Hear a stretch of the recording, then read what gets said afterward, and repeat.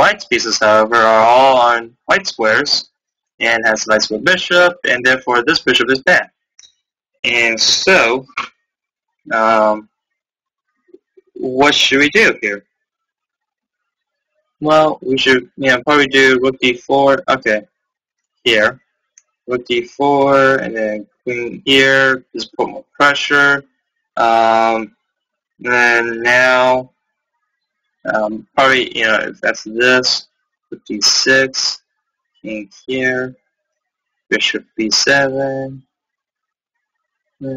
I'm basically threatening takes here, and now he dropped the pawns, probably king up, and still a pretty unpleasant position for white to face. Now this bishop is doomed almost, and if we can move our queen to the side and then probably come around, queen g5 check looks enticing. So probably not the best here. So yeah. Now let's see. But the actual position was actually this. Alright. Yes. Alright.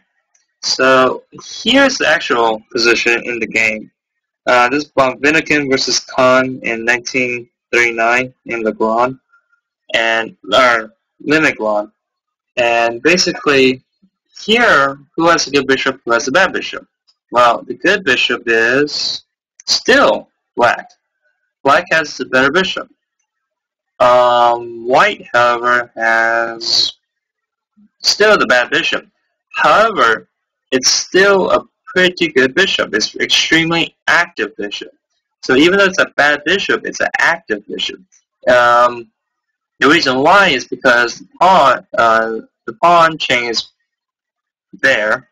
These pawns are behind the bishop. Essentially, this bishop is in front of the pawn chain. So the difference between these two squares, you notice that this bishop is more active than the bishop on d3.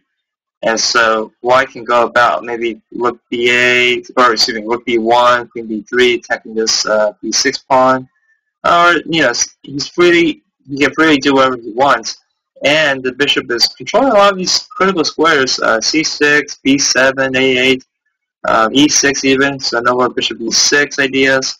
And so definitely white has a nice stronghold in black's position. I don't see any future bishop b7 and then queen takes g2 mate. This is a pretty strong center for white here. And so, the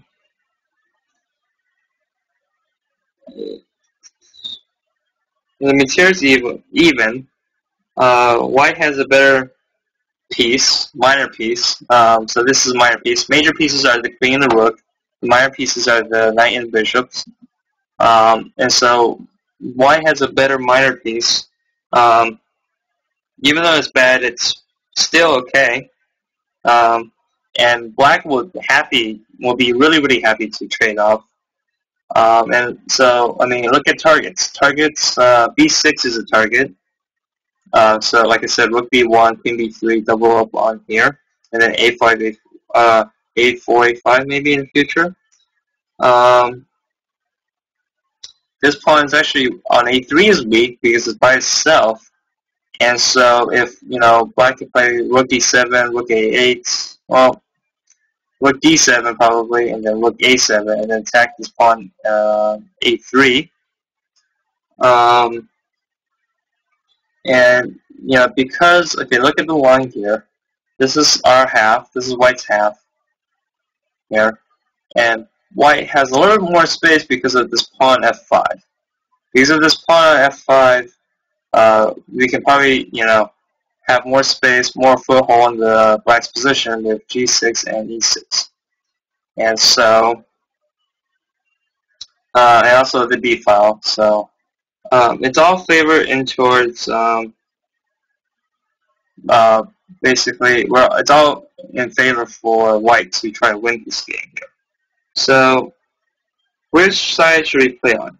So, we definitely have queen side play because of this b6 pawn, like I've been mentioning.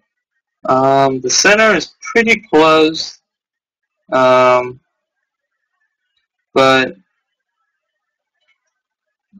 I don't think you want to play like on the d file, like rook a1, queen to d3, and then take on f7. So definitely the target should be on rook b1. So basically, we don't really want to do something like, okay, so this is what some people might think. I'm going to take check, and then king takes, queen takes, and now, you have to exchange and a pawn. And so, black is going to fall for that. It's, the rook can move away, the king can move away, so there's no bishop takes f7.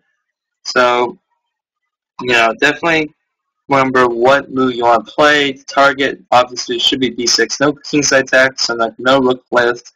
So you don't do rook f3, rook g3, queen d2, take on there. It doesn't happen like that. So let's see. Well,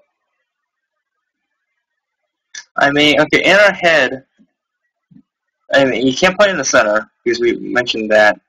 And let's say if we get our pieces towards the king side, like so.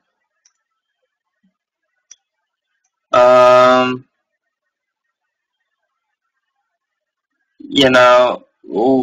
what? Pretty much, what's the plan? You really don't have one. There's two people defending this pawn, there's two people attacking this pawn. There's no, weaknesses on the king side. And so, like everybody has been saying, and I'm just, drawing the point through, yeah, you have the active pieces and stuff, but you also have to know how to coordinate all your pieces. And so, let's go back to the original position.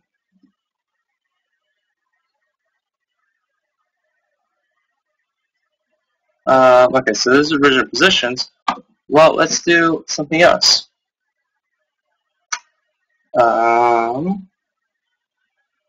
We've made like a lot of this. So I'm going to put this position up.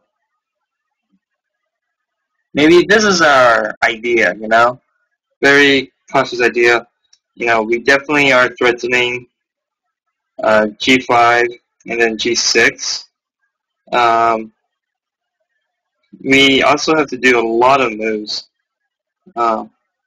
because, Black doesn't, we definitely are winning now, but this is where, we have to, I guess, have to think about it. This is our plan, this is our plan, but we're starting, back here. And, I know, it's like, wait a second, we start here? Yeah, we're starting here. So in order to implement this plan, we needed, 1, 2, 3, 4, 5 moves. And so, 5 moves, it definitely is, you definitely need more, I guess, more space, more time, to implement this plan. So obviously, it should be rook b1 should be the move here. And so, let's see here. If we can get maybe our queen to a4, then a7, rook to b1, if you guys can imagine that, it seems that we will have a lot of squares to go to. And so, like most people say, attack the pawn chain at the base of the pawn. So the base of the pawn is b6, and so we should just keep attacking there. And so our first move, alright, so we have all this, queen b1, or excuse me, is it rook b4 or queen a4? That's the question. We want to get our pieces there. So I'm going to pose a question. So queen a4 or rook b1 first?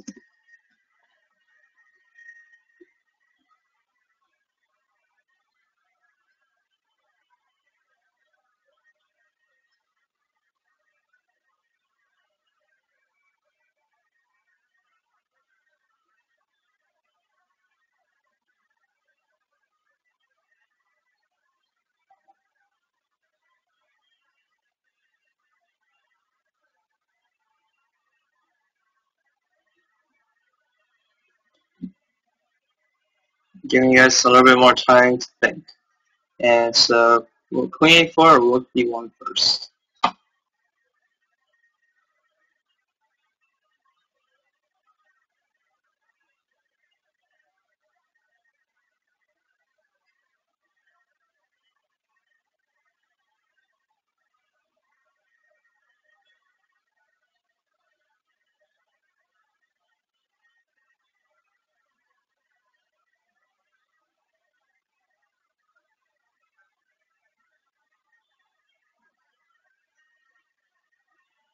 So queen a4, the idea is to go to queen to a7, just take control of the A and B files, and just queenside control. And so I'll give you guys the answer. The best move here in this instance is actually queen to a4. And the reason why is because we want our queen to be on the queen side. But we also have to be mindful of basically if black can actually prevent anything. So for example, if we play rook b1 first, then bishop d7, and now how do we get our queen over there? That's the question. How do we get our queen to the queen side? Obviously no queen a4 anymore, and if queen b3, then rook b8, and you really don't have a plan. Black is locking up the position. His bishop is, maybe up a4, a5, maybe. But, it's just the subtleties, like these extra, which move order makes it very, very subtle.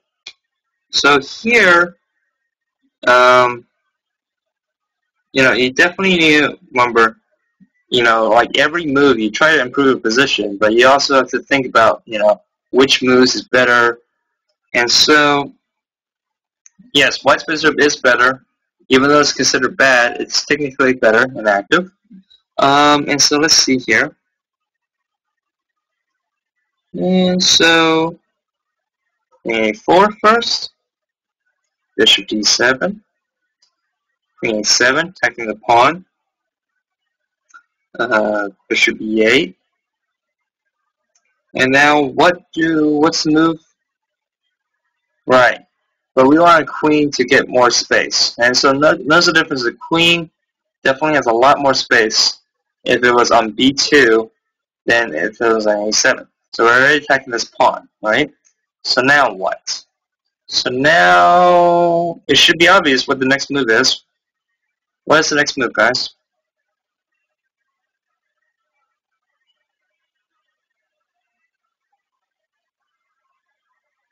Rook b1, exactly. So the next move should be rook b1.